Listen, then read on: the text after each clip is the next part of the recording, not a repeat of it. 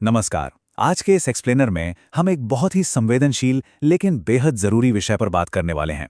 हम बात कर रहे हैं पुरुषों के स्वास्थ्य से जुड़ी एक ऐसी स्थिति की, यानी प्रीमेच्योर एजैक्यूलेशन या शीघ्र पतन, जिस पर अक्सर समाज में खुलकर बात करने से बचा जाता है।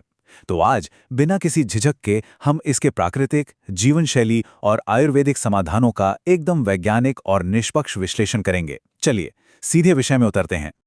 अब सबसे बड़ा सवाल ये उठता है कि दुनिया भर में करोड़ों लोगों को प्रभावित करने वाली ये आम सी स्थिति आखिर इतनी बड़ी शर्म या कलंक क्यों बन गई है।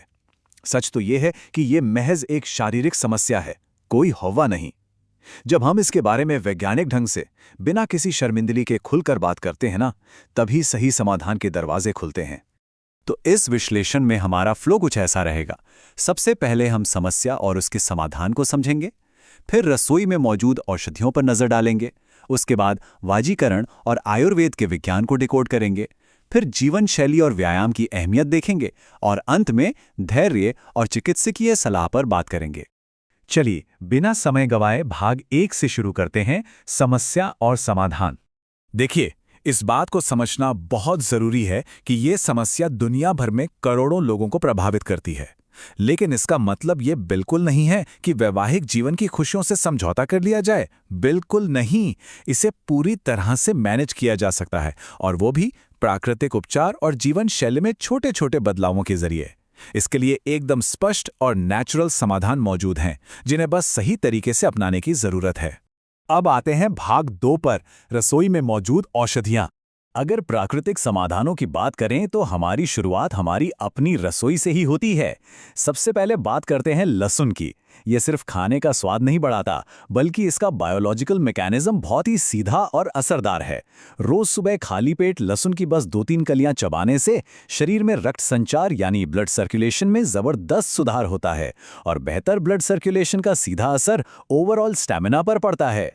इसके बाद एक और बहुत ही शानदार और आजमाया हुआ घरेलू नुस्खा आता है, अदरक और शहद का कॉम्बिनेशन। इसे तैयार करना बहुत आसान है। बस आधा चम्मच अदरक का ताज़ा रस निकालना है, उसे 1 चम्मच शहद के साथ अच्छी तरह मिलाना है, और फिर रात को सोने से पहले इसे गुनगुने दूध के साथ पी लेना है। ये मिश्रण शरीर की गर्मी बढ़ाने और स्टैमिना को नेचुरली बूस्ट करने के लिए काफ़ी कारगर माना जाता है। और रसोई के इन उपायों में एक और बेहद दिलचस्प विकल्प है, भिंडी का पाउडर। जी हाँ, शायद सुनने में थोड़ा अजीब लगे, लेकिन गुनगुने पानी के साथ भिंडी के पाउडर का सेवन करना पुरुषों के स्वास्थ्य के लिए आश्चर्यजनक रूप से फायदेमंद होता है। ये एक बहुत ही आसान सा उपाय है, जिसे बिना किसी झंझट के डेली रूटीन में शामिल किया जा सकता है। चलिए अब आगे बढ़ते हैं भाग 3 की ओर, वाजीकरण और आयुर्वेद। घरेलू नुस्खों से एक कदम आगे बढ़कर अब हम प्राचीन चिकित्सा विज्ञान की बात करते हैं। यहाँ एक कॉन्सेप्ट को समझना बहुत जरूरी है, और वो है वाजीकरण। दरअसल वाजीकरण आयुर्वेदिक चिकित्सा की एक पूरी की पूरी विशेष शाखा है, जो मुख्य रूप से यौन स्वास्थ्य और स्टैमिना को पुनर्जीवित करने पर केंद्रित है। मतलब ये कोई आजकल का नया ट्रेंड नहीं है, बल्कि सदियों से परखा हुआ एक क्लिनिकल विज्ञान है। अब इस वाजीकरण के तहत इस्तेमाल होने वाली 3 सबसे शक्तिशाली आयुर्वेदिक जड़ी बूटियों पर नजर डालते हैं। पहली है अश्वगंधा, जो मूल रूप से तनाव को कम करने और नसों को मजबूती देने का काम करती है। दूसरी है सफेद मूसली, जो वीर्य की गुणवत्ता और टाइमिंग में सुधार के लिए जानी जाती है। और तीसरी महत्वपूर्ण जड़ी बूटी है कौच के बीज, जो डोपामाइन लेवल को संतुलित करके शारीरिक नियंत्रण को बढ़ाती है। इन तीनों का अपना अलग अलग बायोलॉजिकल मैकेनिज्म है, जो मिलकर एक कंप्लीट सॉल्यूशन तैयार करते हैं। लेकिन यहाँ एक बात का ध्यान रखना बहुत जरूरी है, और वो है सटीक मात्रा। जैसे अश्वगंधा चूर्ण की बात करें तो इसकी रोजाना मात्रा सिर्फ 5 ग्राम होनी चाहिए। इसे रात को दूध के साथ लेना नसों को ताकत देने में सबसे असरदार होता है। आयुर्वेद में सही जड़ी बूटी चुनने के साथ साथ उसकी सही डोज का ध्यान रखना भी उतना ही महत्वपूर्ण है। वहीं अगर सफेद मूसली की बात करें तो इसके बारे में एक बेहद दिलचस्प तथ्य ये है कि इसकी प्रभावशीलता को देखते हुए इसे अक्सर नेचुरल वायग्रा का दर्जा दिया जाता है। ये आधुनिक फार्मास्यूटिकल दवाओं का एक बेहतरीन और एकदम प्राकृतिक विकल्प है, इसीलिए आयुर्वेद में इसे इतना ऊंचा स्थान दिया गया है। और तीसरी जड़ी बूटी यानी कौच के बीज, ये तो सीधे न्यूरोलॉजिकल लेवल पर काम करती है। ये जड़ी बूटी सक्रिय रूप से डोपामाइन के स्तर को संतुलित करती है, जिससे दिमाग एकदम शांत रहता है। और ये तो सर्वविदित है कि जब दिमाग शांत होता है तो शारीरिक स्थिति पर नियंत्रण खुद ब खुद बढ़ जाता है। तो ये साफ है कि आयुर्वेद सिर्फ शरीर पर ही नहीं बल्कि हमारे मस्तिष्क पर भी गहराई से काम करता है। तो जड़ी बूटियों की बात हो गई।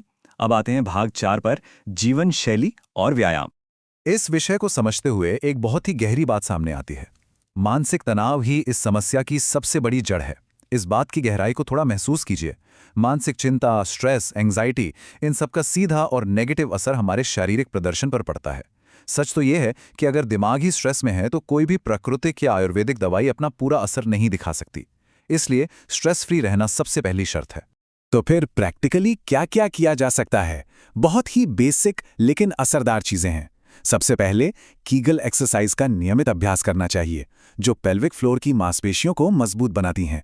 दूसरा, जैसा कि हमने अभी बात की, मानसिक तनाव और चिंता से हर हाल में दूर रहना है। और तीसरा तथा चौथा, जंक फूड और किसी भी तरह के नशे से बिल्कुल तौबा कर लेनी है। ये जीवन शैली किसी भी सफल इलाज की सबसे मजबूत नींव होती है।